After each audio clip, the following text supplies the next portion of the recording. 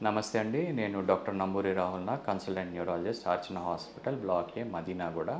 So ఈరోజు topic ఏంటి అంటే, ఈ నరాలకు సంబంధించి, బ్రెయిన్‌కి సంబంధించి ఆల్కహాల్ స్మోకింగ్‌కి ఏమన్నా రిలేషన్ ఉందా అని.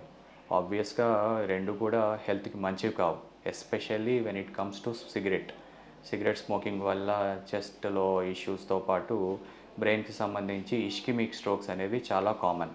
సో ఆబ్వియస్‌గా ఇవన్నీ మనం దరి చేయకుండా ఉండటము, ఎక్సర్సైజ్ చేయటము, వాటర్ సరిగ్గా తీసుకోవటము, చెడు వ్యసనాలకి దూరంగా ఉండటము, మళ్ళీ ఫ్రెండ్స్ ఉంటారు యూజువల్‌గా. ఫ్రెండ్స్‌తో కలిసినప్పుడల్లా స్మోక్ చేస్తా చాలామంది యంగ్‌స్టర్స్‌ని చూస్తూ ఉన్నాం ఈ రోజుల్లో. అవన్నీ కూడా ఒక రకంగా నేషనల్ హెల్త్‌కి చాలా ఇబ్బందికరమైన టాపిక్‌గానే మారింది.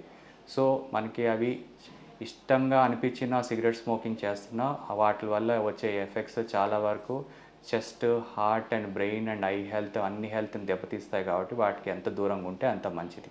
అదే గనుక ఆల్రెడీ అలవాటైపోయి దాని నుంచి బయటపడట్లేదు అనుకుంటే సైకియాట్రిస్ట్ కన్సల్టేషన్ తీసుకోవటం, డీ అడిక్షన్ ప్రోగ్రామ్స్‌లో ఉంచటము, నికోటిన్ లాంటి ప్యాచెస్ పెట్టటము, అలాంటివి చేయటం వల్ల ఎంతో కొంత పూర్తిగా కాకపోయినా ఒక 50% అయితే బెనిఫిట్ అవ్వగలుగుతారు. Thank you.